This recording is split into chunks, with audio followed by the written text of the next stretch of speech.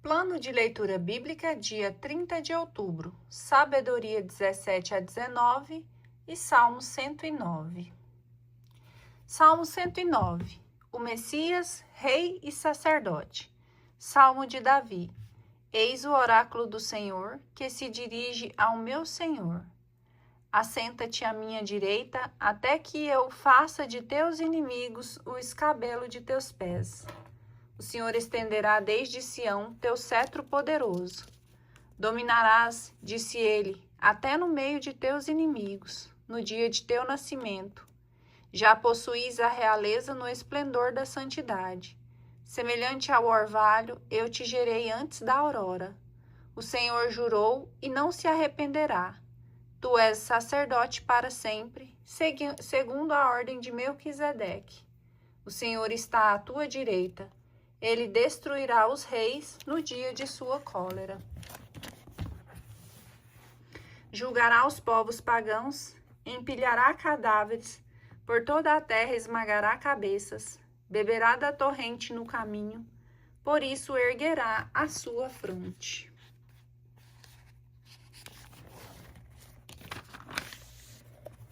Sabedoria, capítulo 17. A praga das trevas. Em verdade, grandes e impenetráveis são vossos juízos, Senhor. Por isso, as almas grosseiras caíram no erro, por terem acreditado que podiam oprimir a santa nação. Os ímpios, prisioneiros das trevas e encarcerados por uma longa noite, jaziam encerrados nas suas casas, tentando escapar à vossa incessante vigilância, depois de terem imaginado que, com seus secretos pecados, ficariam escondidos sobre o sombrio véu do esquecimento. Eles se viram dispersados como presa de um terrível espanto e amedrontados por alucinações. Mesmo o canto mais afastado em que se abrigavam não os punham ao abrigo do terror. Ruídos aterradores ressoavam em torno deles, e taciturnos espectros de lúgubre aspecto lhes apareciam. Nenhuma chama, por intensa que fosse, chegava a iluminar, e a luz brilhante dos astros era impotente para alumiar esta noite sombria. Mas aparecia-lhes de súbito nada mais que uma chama aterradora, e tomados de terror por essa visão fugitiva, julgavam essas aparições mais terríveis ainda. A arte dos mágicos se mostrou ilusória, e esta sabedoria a que eles pretendiam evidenciou-se vergonhosamente como falsidade. Aqueles que se jactavam de banir das almas doentes o terror e a perturbação, eram eles mesmos atormentados por um ridículo temor. Mesmo quando nada de mais grave os aterrorizava, a passagem dos animais e o silvo das serpentes punham-nos fora de si, e eles morriam de medo. Recusavam até mesmo contemplar essa atmosfera à qual nada podia escapar, porque a maldade condenada por seu próprio testemunho é medrosa. E sob o peso da consciência, supõe sempre o pior, pois o temor não é outra coisa que a privação dos socorros trazidos pela reflexão. Porque quanto menor for em sua alma a esperança de auxílio, tanto mais penosa é a ignorância daquilo de que se tem medo. Eles, durante esta noite de impotência, saída dos recantos dos Hades impotente, dormiam no mesmo sono, agitados de um lado pelo terror dos espectros e paralisados de outro pelo desfalecimento da alma, pois era um pavor repentino e inesperado o que se abatera sobre eles. E todos aqueles que caía sem força ficava como que preso e encerrado num cárcere sem ferros. Fosse ele camponês ou pastor, ou o operário que se afadiga sozinho no seu trabalho, uma vez surpreendido, tinha de suportar a inevitável necessidade, porque todos estavam ligados por uma mesma cadeia de trevas. O silvo do vento, o canto harmonioso dos passarinhos nos ramos espessos, o murmúrio da água correndo precipitadamente, o estrondo das rochas que se despenhavam, a carreira invisível dos animais que saltavam, os urros dos animais selvagens, o eco que repercutia nas cavidades dos montes, tudo os paralisava de terror, enquanto o mundo inteiro era alumiado de uma brilhante luz, e sem obstáculos se entregava às suas ocupações. Somente sobre eles se estendia uma pesada noite, imagem das trevas que mais tarde os devia acolher, e eram para si mesmos um peso a mais insuportável que esta escuridão. Contudo, para os vossos santos havia uma luz brilhantíssima. Sem veres seus semblantes, os outros ouviam-lhe a voz e julgavam-nos felizes por não sofrerem os mesmos tormentos. Davam-lhe graças porque não se vingavam dos maus tratos suportados e pediam-lhe perdão por sua inimizade. Pelo contrário, vós destes uma coluna luminosa para guiá-los na sua marcha para o desconhecido, como um sol que, sem incomodá-los, alumiava o seu glorioso êxodo. Mas eles bem mereciam ser privados da luz e aprisionados nas trevas. Eles que tinham encerrado em prisões os vossos filhos, através dos quais a incorruptível luz da lei se devia comunicar ao mundo. A morte dos primogênitos. Também tinha resolvido levar à morte os filhos dos santos, mas um deles foi exposto e salvo, e para puni-los fizestes perecer em multidão seus filhos, e todos juntos vós os aniquilastes nas profundezas das águas. Esta mesma noite tinha sido conhecida de antemão por nossos pais, para que, conhecendo bem em que juramentos confiavam, ficassem cheios de coragem. Assim vosso povo esperava tanto a salvação dos justos como a perdição dos ímpios. E pelo mesmo fato de terdes destruído nossos inimigos, vós nos convidastes a ser vossos e nos honrastes. Por isso, os santos filhos dos justos ofereciam secretamente um sacrifício de comum acordo. Estabeleciam o pacto divino que os santos participariam dos mesmos bens e correriam os mesmos perigos, e entoavam já os hinos de seus pais.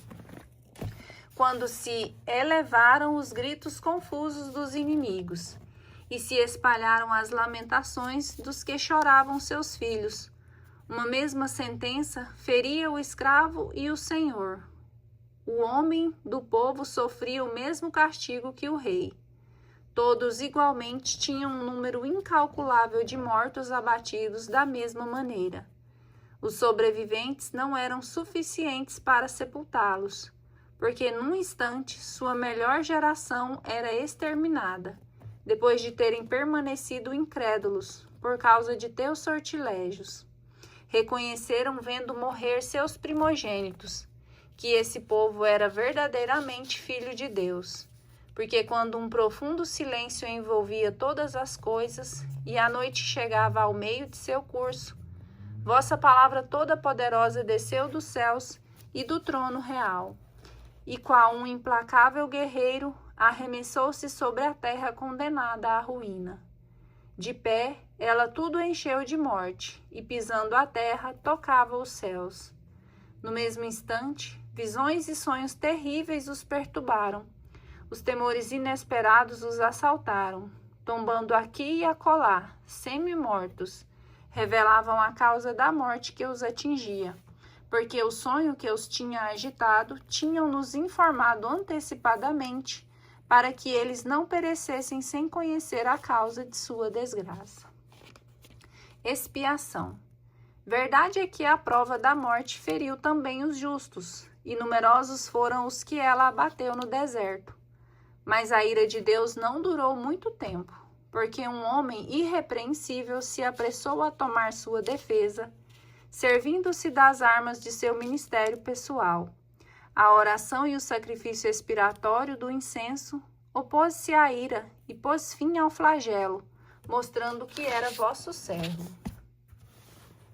Dominou a revolta não pela força física, nem pela força das armas, mas pela sua palavra deteve aquele que castigava.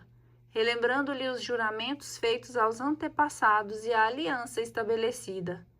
Já os mortos se amontoavam uns sobre os outros. Quando ele interveio, deteve a cólera e afastou-a dos vivos. Na sua longa vestimenta estavam representado o universo inteiro, nas 4 fileiras de pedras, os nomes gloriosos dos patriarcas, e no diadema de sua cabeça, Vossa Majestade. Diante dessas coisas, cedeu o exterminador, e foi diante dessas coisas que retrocedeu, porque a simples demonstração de vossa ira era suficiente. A passagem do Mar Vermelho.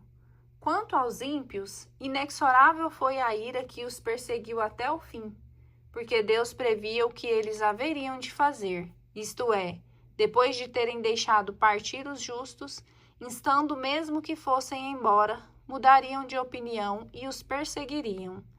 Na verdade, eles estavam ainda enlutados e gemiam ainda sobre a tumba de seus mortos, quando loucamente tomaram outra resolução e perseguiram como a fugitivos aqueles aos quais tinha rogado que partissem.